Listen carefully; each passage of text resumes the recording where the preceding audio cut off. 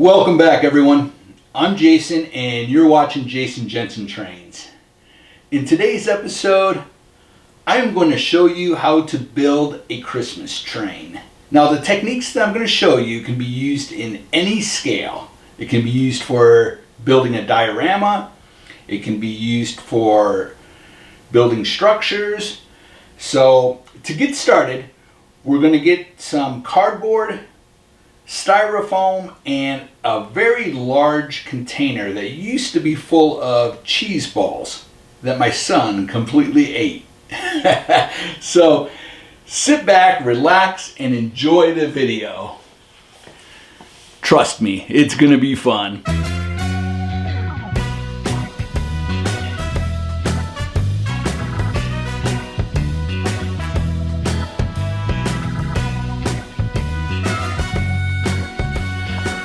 Okay, well, as you can see, I've got some styrofoam that I've cut. I've been using my hot wire Proxxon cutter, which I absolutely love.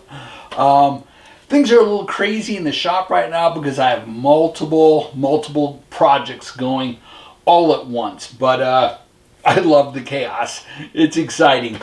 So to show you my progress on this, as you saw in the picture, I have a large cheese ball container. So that sits in there, and this is what I carved or cut out, and I cut it, I don't know if you can see, but it's beveled. The sides are at an angle, so this sits in there really nice like that. Okay, so then we have two of these little wheels that will go in the front, and then we have a large wheel that will go in the back, and then we'll build our entire cab that goes on this end. Alright, well, I'm just sort of making this up as I go. Next, we are moving on to underneath it. Hard to show you, but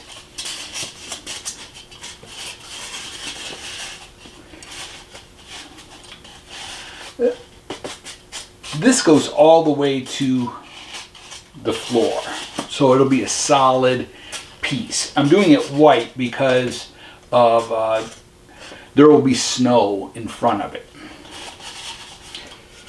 and then I have to cut this down, but there'll be another piece that goes like that, and then it'll be cut a little above, maybe 1/4 of an inch above those two tires or wheels. So next thing I have to do is build a rectangle box out of this styrofoam that, again, I cut using my hot wire Proxxon cutter. Then I will build the pink box that goes on top of it, and then glue this on top of all that. Trust me, it'll all make sense. Okay, for our frame that sits on the bottom, I'm using 3-inch, you can see that, 3-inch long screws and liquid nails. So I've put some liquid nails on the end of this piece. Then I take my screw,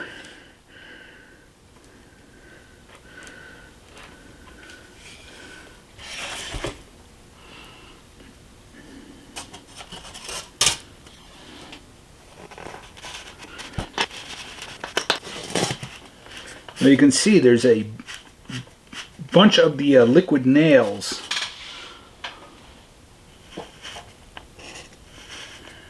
I will just sink that in a little bit.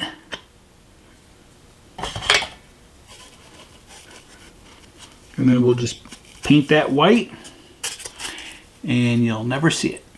Okay, well, this is where we're at so far. As you can see, this is pretty large. I believe this is 20 inches long. So I'll have to cut out so that this sits flush against it. But I just wanted to show you the base and then the actual train. All right, we've got a lot more to do. Okay, next I have to start planning ahead because this all gets lit. So I have to put holes for the lights to go through here, and then the cords are all on the back.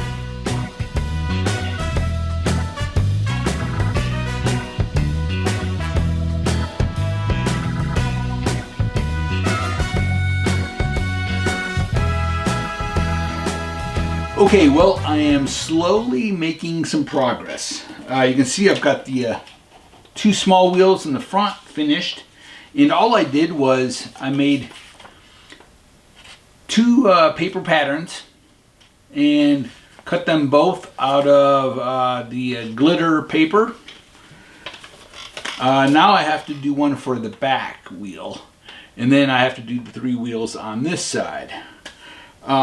The pink styrofoam is going to get painted red, and then I haven't decided if I'm going to paint this red or green yet. I'm actually leaning towards red and then doing the entire cab of the train green. So actually I think I'm just going to go ahead and spray paint this red and see what it looks like. Okay, well, we've got the cab on. The entire thing is made out of cardboard, and it's pretty thick cardboard,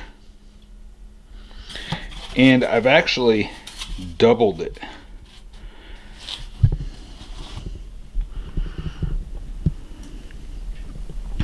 Now, to cover up the edges, I'll cut strips out of this, and so that'll get put on there just on this area right here, and then we'll put a red domed roof on there. Well, I think the red turned out great. I'm very happy with it. I picked up this small wreath at Hobby Lobby. I'll also paint these a gold color. I just have to do a little bit of trimming of the glitter paper around the top, and I have to paint these two raised stripes gold going down. I am going to have glitter in my shop for well over a year. So I bought these beads at Hobby Lobby, and they have glitter, so they're sparkly. And as you can see, I'm stringing them on both sides. I may put them around the top after I get the top put on. If I have enough, I may even put them along the side here. So we'll just see how much we have left. I am so in the Christmas spirit. When the camera's not rolling, there is Christmas music playing in the shop. So I'm just having a blast. This is great.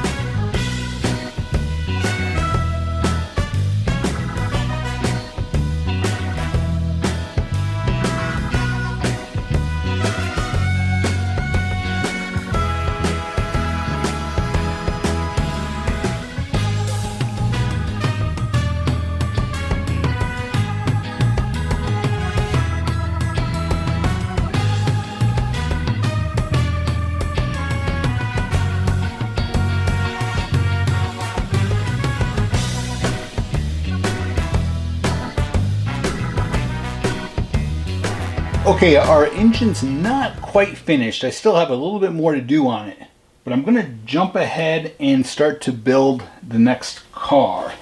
And then after this car, we have a caboose that needs to be built. Now this is built out of cardboard, and I used white full-strength Elmer's glue and drywall screws. Now you have to kind of plan ahead when doing this if you're going to use drywall screws. And let me show you. You can see the pattern inside the cardboard. Now you don't want your screw to go in this direction, because it can possibly come out, or when you're screwing it in, it's going to make the hole bigger and it'll be loose. You want to go this direction so that it's having to go through all those different layers of cardboard. And you can turn it by hand. If you want to save your fingers, use a screwdriver. But you can see then it's not coming out. It is tight. So keep that in mind when you're cutting your cardboard. You want I don't know what you would call it, but the ribs inside that cardboard to be the opposite, so that when you screw it together, it catches all those little ribs inside there and holds it tight. I have been building with cardboard and drywall screws since I was a kid. A quick story, my dad would get me boxes that appliances came in, say refrigerator boxes, boxes that ovens came in, so that I had a large amount of cardboard. And then he would give me drywall screws to use, and he let me use a utility knife. And I didn't use any glue. I just screwed everything together, and I would make large castles, a bunch of different stuff. So I've been using cardboard to make things for years. Alright, well, this is going to get spray painted green. I'm going to put the glitter paper, green glitter paper on here. It's going to be red in the center. I have to cut a square out of white styrofoam that fits directly under it, and then we have to do 4 wheels on this. So the next step is to spray paint this green. Okay, well, as you can see, we're working on the back end of the train, and I've made this base using the white styrofoam, and I put it together with liquid nails and some drywall screws. So that goes right up against the back of the train engine.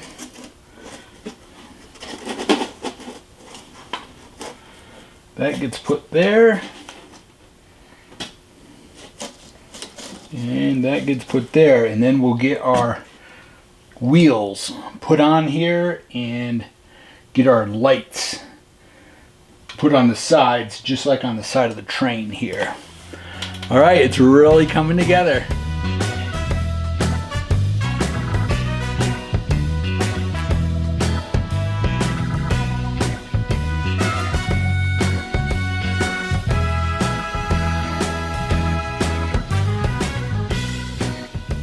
Okay, so I am putting all the lights on these 2 cars.